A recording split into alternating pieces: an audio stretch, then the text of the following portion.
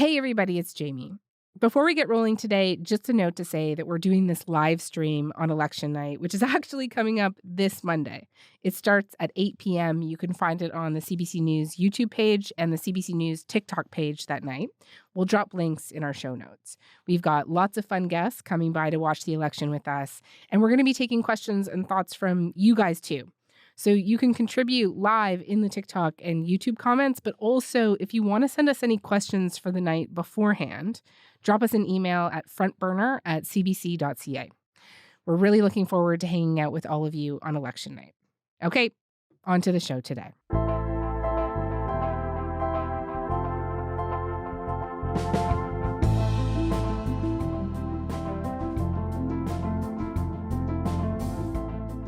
All right. So we now have costed platforms from all the major parties in the election. What does that mean? It means that the parties have put out their plans and promises and have told us how much they think it's all going to cost.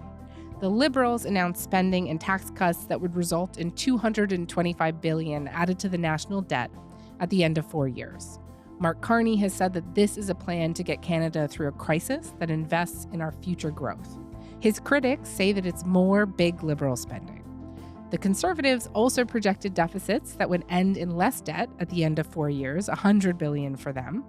But their plan was immediately criticized for using creative accounting.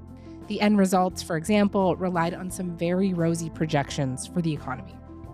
There is, unsurprisingly, a lot of spin around all of this stuff. We're looking at these costed platforms carefully right now, and we're going to try to cut through some of this and have more for you this week, fact-checking the big picture claims about spending.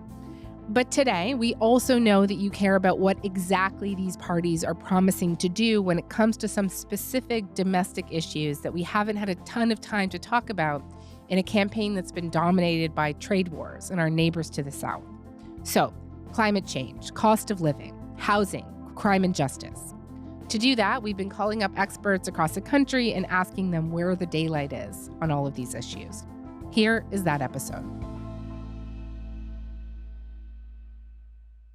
First up here, something I know that a lot of our listeners care a lot about, housing. Mike Moffat is an economist with the Missing Middle Initiative, an organization focused on understanding and addressing the challenges Canadians face around housing. You might remember him. He's been on the show quite a few times. Mike's going to walk us through the party plans to tackle the housing crisis. Mike Moffat, thank you so much for coming by. I really appreciate it. Yeah, thank you for having me. Okay, so why don't we start with how the parties differ when it comes to proposing policies that would increase housing supply, so getting more houses built. So I know that the Liberals are saying that they would build off the success of their Housing Accelerator Fund, which is currently a $4 billion fund that gives money to cities that agree to higher density housing and faster permit approvals. Worth mentioning here, I think that the NDP wants to double the fund to $8 billion. The Conservatives are saying that that fund has been a failure. Has it? Well, it certainly hasn't worked as well as intended. What the federal government did was sign a bunch of unique deals with dozens of municipalities.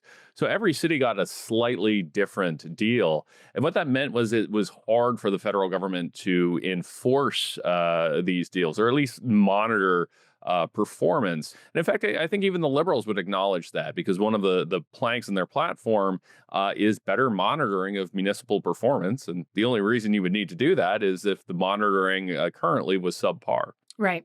The Conservatives are saying that instead, I think their plan, certainly feels like more of a stick, right, than a carrot. Requiring municipalities permit 15% more homes per year as a condition of getting federal funding. And I'm just curious to hear what you think of that approach. Could it work better? Well, I do think there's room for improvement, though, again, even the Liberal approach does have targets for cities. But I would suggest that the difference is largely one of tone, where the Conservatives are framing this as a stick, the Liberals are framing this as an incentive. But at the end of the day, it's the same thing, where it's like, do what I say and perform the way we want you to perform, or else you're not getting our money. The Liberals are also proposing to create a crown corporation called Build Canada Homes. According to their costed platform, which they released, as I mentioned, this weekend, it'll cost $3 billion a year for each year of the next 4 years. The goal of the corporation would be to finance affordable housing construction across the country.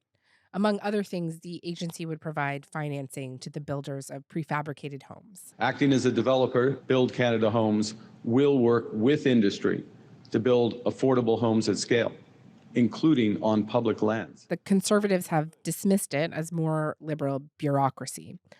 I know that the Conservatives have been talking more about selling off federal lands, for example, and I'm curious to hear how someone like you, who's so steeped in this, would evaluate both of those proposals. Well, I think overall, the Liberals are trying to deal with an existing problem that some of their social housing plans in their national housing strategy have taken a very long time to get off the ground. So what they're doing is saying, okay, let's take what we're doing now out of the bureaucracy and create this arm's length crown corporation with the hopes that it would be able to do things faster, less expensively, and so on. And I do think some skepticism is warranted there because the track record here, not just of the current federal government, but past federal governments, is on anything dealing with procurement is not fantastic. But the Liberals do point out that this is how we did things back in the 1940s and 50s, and it worked back then. So it certainly could work now. And just quickly, what about the Conservatives' plan to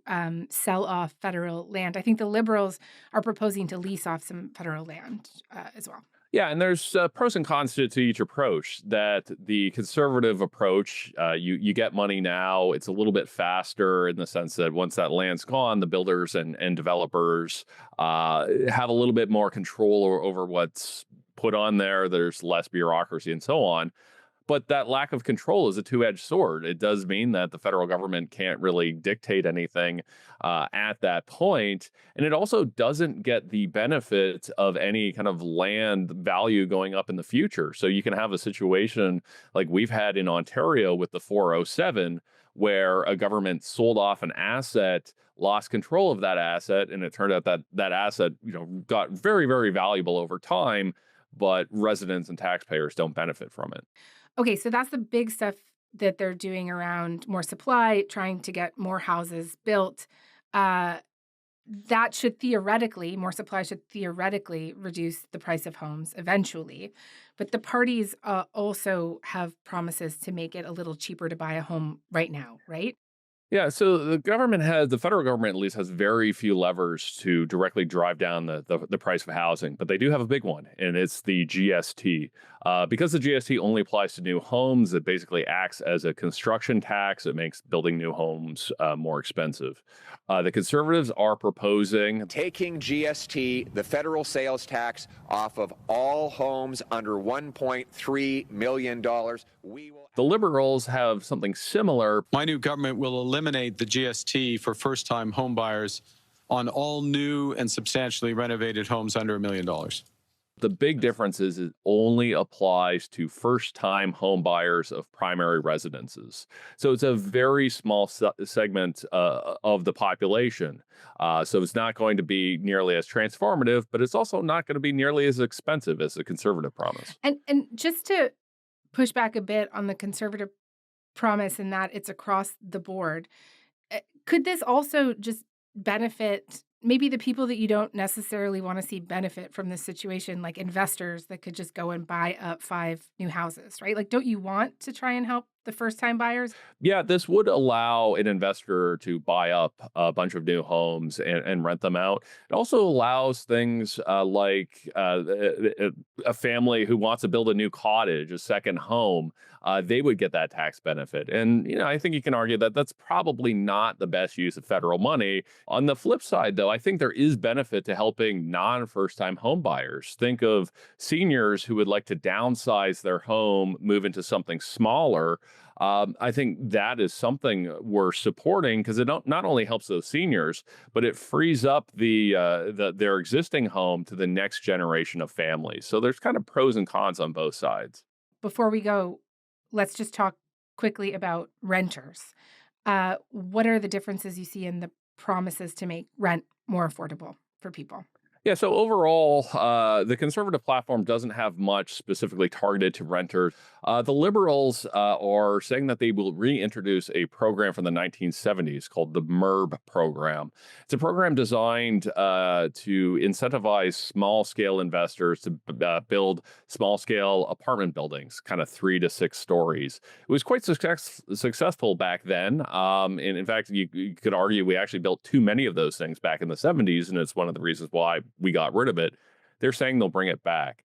The NDP have promises around rent control. Now, rent control is solely in provincial jurisdiction, but what they're suggesting is if any province or municipality wants federal investments, federal funds to build homes, they have to put in place laws that protect renters. We're not going to build affordable homes for those homes to just turn into unaffordable homes because there's no protections. Okay, this was great. Thank you so much, Mike. Really appreciate it. No, thank you for having me.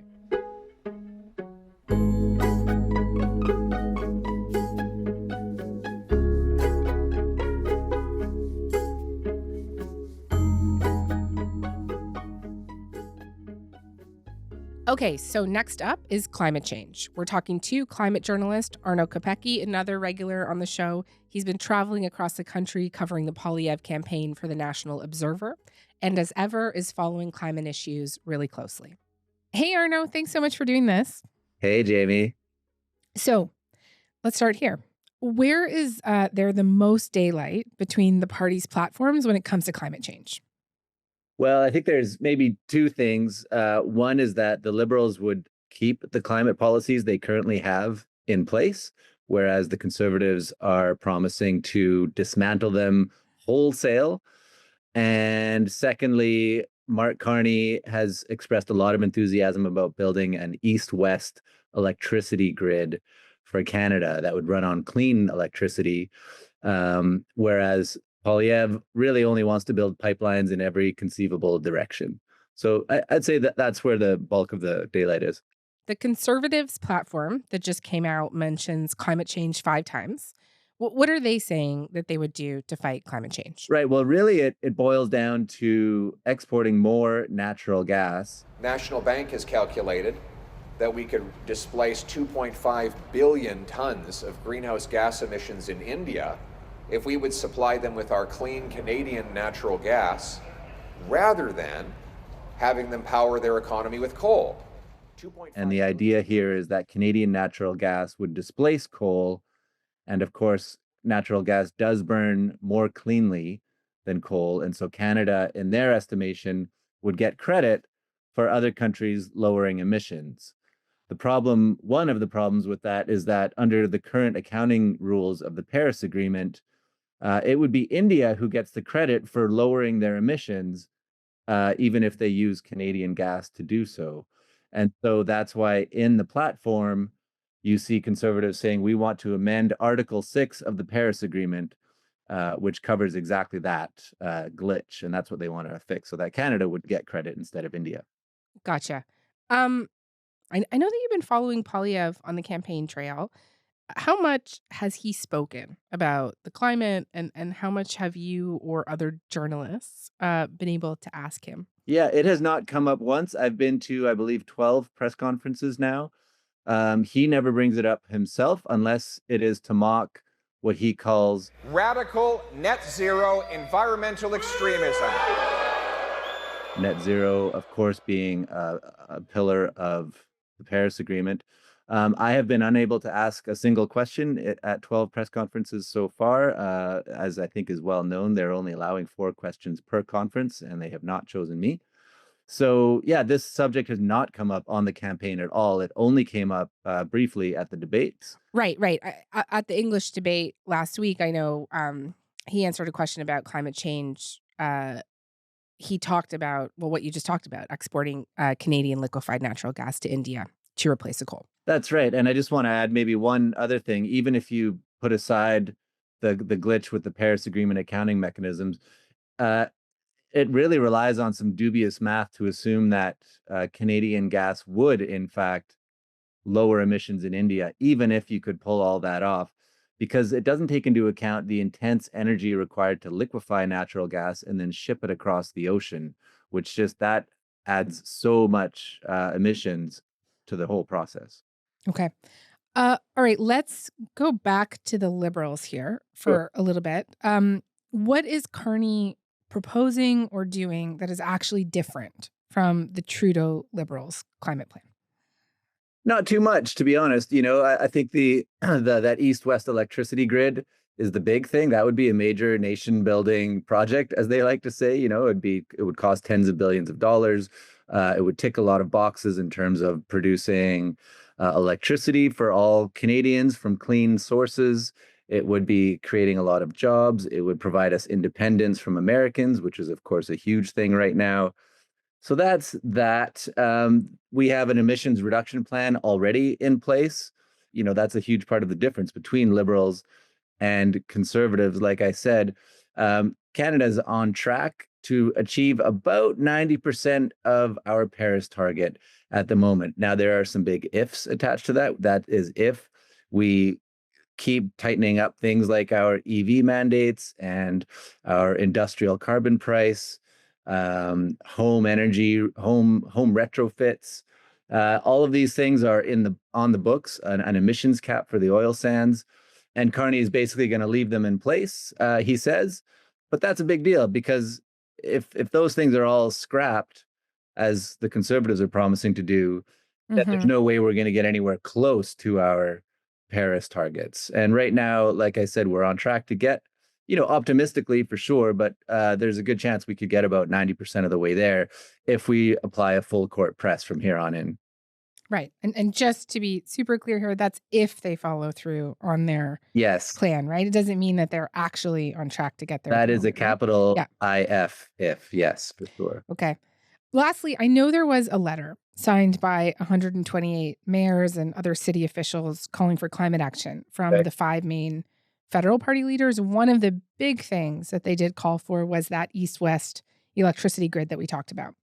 But another big one was climate resilience measures, things to help their communities adapt to fires and floods. 2 of the mayors who signed on were Valérie Plante of Montreal. They had massive floods last summer.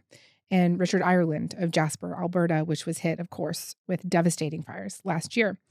Have any of the parties made clear promises on climate adaptation? Well, that's exactly right. Adaptation is a huge part of responding to climate change. And the answer is no, with the exception of the Greens, who talk a lot about adaptation, but it's hard to take that too seriously given their prospects in this election. The Liberals, I think they've given $40 million to climate adaptation, which is, you could buy 10 houses in Vancouver for that, but you can't protect communities all over the country. So I'd say that's a huge blind spot for all the parties and something that really needs to be addressed. So I think that's going to be a big part of the conversation going forward, especially if Liberals do win this election, that Carney's going to be under a lot of pressure to work with local communities, which is really where the locus of climate action is shifting to, and not just in Canada, but internationally, because, of course, they are on the front lines, and that's where the impact is. Okay. Super helpful, Arno. Thank you. Thanks, Jamie. Always a pleasure.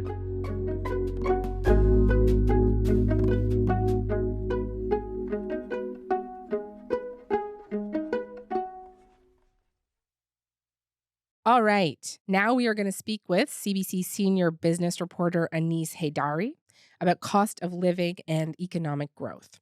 How do the parties stack up on their promises to put more money in your pockets, make services more accessible, and actually boost the economy? Let's get into it. Anis, hey. Hey, Jamie. So let's start with platform promises to put money in people's pockets right now. The Liberals, the Conservatives, and the NDP are all promising tax cuts. What do we know about the difference between their promises and which income brackets would stand to gain the most from each?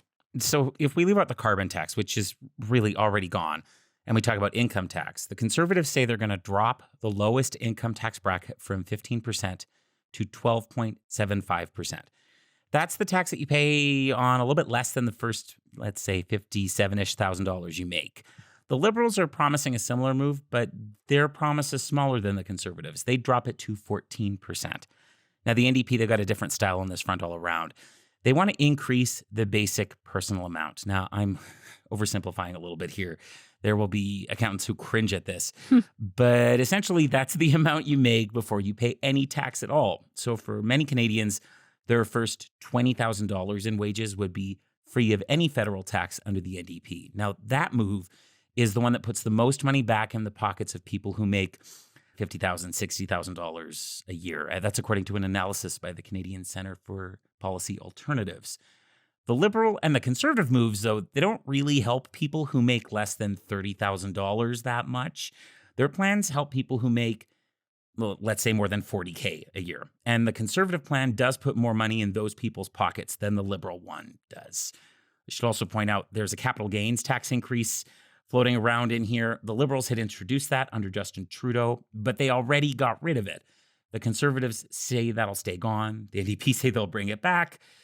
Conservatives say they're going to cut taxes for seniors and that they're going to put a referendum in play anytime they want to increase taxes. So taxes are coming up a lot in this election. You mentioned that the Conservatives' plan would put more money in people's pockets than the Liberals. How much more money? So the Conservatives are promising that their tax plan would put $900 a year back in the pocket of the average Canadian worker. Of course, what is average? It's different for everybody. If we compare to the Liberals, their promises would come out to around $400 a year, a little bit more than that. I should say that gap between them might sound bigger when I put it that way than it is. Really, the Conservative tax cut promises are higher, but they are targeting sort of the same group of people, and the gap between them is not as big as it might sound. The Conservatives have some promises on tax-free savings accounts that set them apart. What are they saying, and who would this most likely benefit? So what the Conservatives want to do is let Canadians contribute an extra $5,000 a year to their TFSAs if it's invested in Canadian companies or Canadian investments. The party says they'd use the tax system definition of, quote, taxable Canadian property, but it's hard to say whether mutual funds or index funds would qualify or get listed that way. We don't have a lot of the details on how this would work yet. This is like a tax cut for future you. And it's a tax cut for a future you that had money in the past. Right, because you do need the money to put into the TFSA. Yeah, you got to have money to save money. So if you don't have money right now, this is not helpful for you. But they're also pitching it as a way to stimulate Canada's economy, to invest money here. Okay, the second bucket here is measures that make goods and services cheaper for people to access. So stuff like daycare, pharmacare, dental care, and just what are the key differences in what the parties are promising on these? So for those three programs you listed, daycare, pharmacare, dental plans, those three programs, Poilievre has said nobody who has them will lose them if the Conservatives win. The Liberals have talked about maintaining these programs, but haven't really given details on if or how they would expand them. The dental plan was just expanded by the Liberals before the election to cover people aged 18 to 64, not just the seniors and kids that it covered in the past. And you know, the NDP, I should point out, has said they will expand childcare, haven't given details on that. On pharmacare, the NDP has said they would want a much more fulsome program within 4 years, covering way more drugs. They imply that they would pay for this by reinstating that capital gains tax, the one that the Liberals and the Conservatives are getting rid of. I'll just mention, I think, that comment that Poilievre made about people who have these services won't lose them. I know there's been like a lot of concern over whether or not that means that, you know, will anybody else get them? He has not been clear on that one way or the other. We're going to do a whole episode on this later this week, but just briefly, now that the costed platforms are out, just tell me more about how the Liberals and Conservatives are saying that they're going to pay for these promises. So, I mean, they're both making promises of economic growth and that economic growth will drive their ability to pay for everything they want to do. The Conservatives are promising more budget cuts than the Liberals are. So they sort of lean more on cutting programs or cutting spending that the Conservatives ostensibly don't believe in. The Liberals lean a little bit less on cuts, but both parties talk about cutting spending in some areas and then increasing spending in different areas to try and stimulate the economy. But, you know, economists will often say that's a loose concept at best. You know, it's hard to promise that you're going to create jobs, for example, unless you specifically say you're going to give a certain amount of money to a certain company in exchange for a certain amount of jobs. We've heard that kind of talk when it comes to pipelines and resource projects from both parties, really. The Conservatives lean on that quite heavily in their platform, that expected revenue from resource projects will help bridge the budget gap, that building more houses will generate more revenue, and that helps bridge the budget gap for them. The Liberals talk about similar things, though. They both talk about multi-million-dollar funds that will stimulate or protect the economy, but we don't really have a lot of details from either party. For all we know, they could be deciding to buy a pony for every Canadian, and we'll see all sorts of economic stimulation in, I don't know, horse feed. Yeah. There is like a real level of fairy dust in these costed platforms. We'll get more into it later in the week for people who are, I don't know, nerds like us, I guess. One thing that I should point out, that the tariffs do come up in both of their budgets, and they project some revenue from tariffs, at least for the first year of the budget. Yeah. But who really knows what happens with those over the next few years, right? It's part of why there's so much fairy dust in this. These promises that the parties are making to supercharge the economy and how that will bring in all this extra resources, do economists think it's realistic for either leader to promise economic growth right now, given that we are in this major trade war? It's really tricky to say. I mean, you'll get 100 different opinions from 50 economists on this. But, right now, the two biggest economies in the world are fighting, China and the United States. And we've heard a lot of projections that there will be a recession in the U.S. because of what's happening there. But both of those economies are also tariffing Canada. So we've got China and the U.S. fighting. We've got China and Canada fighting. We've got the U.S. and Canada fighting. We don't even know yet where Canada might pivot, what we sell and who we sell to. And it costs money to pivot, and it takes lots of time. So can any prime minister do this in a 4-year election cycle? Maybe. All right. It was a pleasure. We'll talk to you soon. Thanks for having me.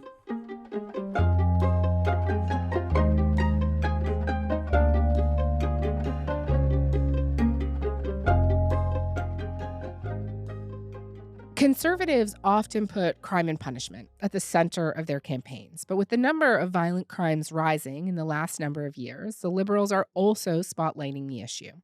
Up next, we're talking with CBC senior writer Peter Zimonjic in Ottawa. Peter, hey, thank you so much for this. No problem. Glad to be here. It's great to have you on. Okay, so both parties say that they are serious about tackling violent crime. I've heard them talk about it quite a bit on the campaign trail. If we look at something like gun control, what are the big differences there? And what do you think those differences say about their larger perspective on justice and reform? That's a really good area to look at, gun crime, because they have a very different approach, each of them. So, and I've classified this as punishment versus policing. So the Conservatives broadly have this plan where they want to punish people severely to deter people from doing bad things. And the Liberals have this method where they want to tweak a bunch of the different laws. So, for example, when they announced their crime platform, Liberal leader Mark Carney said he wants to revitalize the gun buyback program for assault firearms. It hasn't really gotten going for individuals, and it's been a bit of a quagmire, so he wants to do that. We will quickly, and I mean quickly, reinvigorate the buyback of assault-style firearms and leave the classification of new firearm models to the RCMP, to the experts, not to the gun industry. They want to immediately revoke gun licenses from people convicted of violent crimes, including intimate partner violence. Toughen oversight of firearms, that kind of thing. We will strengthen firearms licensing and the so-called yellow and red flag laws that keep weapons out of the hands of those who are a risk to themselves or others. With the Conservatives, you have a very much more simple approach, which is they want to scrap the gun buyback program. They don't believe in it. And they instead want to introduce harsh crime. So if you're convicted of a serious crime involving firearms, you would face a mandatory minimum jail sentence. And then on top of that, they want to give people life sentences. For human traffickers, for gun smugglers, and for mass fentanyl producers. And would you say that the big differences here are illustrative, right, of their larger perspectives? For sure. Like this approach, this punishment versus prescription approach, really bleeds through all of the crime policies that they've kind of rolled out. So, when the Liberals outlined their crime policy, it was a list of about 20 different things like tweaks and adjustments and improvements to help police do their job. The Conservatives rolled out a number of announcements on different days, all of them really to do with harsh punishment. If you rob a senior, for example, with an online scam, we will impose mandatory jail time of 1 year for $5,000 of fraud, 3 years for a fraud of over $100,000, 5 years for fraud over $1 million, and minimum fines that are 10 times the size of the frauds committed. You steal 50 grand, you'll pay 500 grand on top of your jail sentence. We want to finance. So it's a very much hard punishment deterrence approach versus this prescription approach across areas, even when they agree on things. And just where do they agree on things? Like, where is there not daylight? Well, there's a few areas that they both want to take action on. One is intimate partner violence. Another one would be bail reform. And another one is on consecutive sentencing. So if you look at bail, for example, there's a widely acknowledgement thing that the bail system as reformed is failing. They're letting too many people out, and there's a revolving door of criminals kind of coming through. So the Liberals want to make bail harder to get if you're involved in organized crime, violent crime, home invasions, car thefts, stuff like that. And they're going to do this by establishing a reverse onus to get bail. And the Conservatives want to they want to rip the bail system apart, really, and they have serious concerns about how widely it's used. They want to eliminate bail and probation and house arrest for serious criminals, and they want to impose 3 strikes you're out means that anyone convicted of 3 serious offenses, they will serve a minimum of 10 years behind bars, a maximum of life imprisonment, and they will have to earn their release even still. Let's talk about the notwithstanding clause. So one big issue in this kind of crime and justice bucket that has come up in the campaign is that Poilievre has said that he is willing to do an end run around the Charter of Rights and use the notwithstanding clause to allow the courts to stack multiple life sentences. That would mean someone convicted of several murders would have to serve their sentences back to back to back. And when you kill 6 people, to be eligible to go back on the streets only 25 years later is not only disproportionate, but it is a violation of the charter rights of the victims and of their families. And I will use the charter to protect the charter. So just for some context on this issue for people listening, in 2022, the Supreme Court of Canada ruled that consecutive life sentences violate an offender's charter rights. So if Poilievre wanted to do this, he'd have to use this controversial rule in Canada's Constitution, the notwithstanding clause, to temporarily override that ruling on charter rights. And if Poilievre did do this, it would be the first time the federal government would have used the notwithstanding clause. Provincial governments have, of course, used it in the past. And just tell me about some of the criticism that Poilievre has received for proposing this. Well, there's a real concern amongst civil libertarians, amongst opposition members, amongst Mark Carney himself, that it's a dangerous, slippery slope to get into the stage of saying that, okay, well, we're going to pass a law that we know is unconstitutional, and then just going to put our hand up and say it's notwithstanding. It allows for the suggestion that many different laws could be pushed through the books. Okay, so lastly, I wanted to talk to you a bit about what the parties are saying around fighting crime in online spaces and just what are the big notable promises that we are seeing here from the parties. Right. Well, Mark Carney, when he came out and gave a speech recently, he said that, he defined the American online platforms as a sea of hate and misogyny and racism. And he said he's going to do something to crack down on it. We haven't heard a lot of what that means practically from them, but he has put a few suggestions on the table. One of which is raising the penalty for distributing intimate images without someone's consent and making it a criminal offense to distribute non-consensual deep fake images of someone. They also want to introduce legislation to protect children from online exploitation and sextortion. They haven't really kind of put meat on the bone there, but that's something that they want to do to help protect kids. Okay. Peter, thank you for this. It's great being here. Thank you.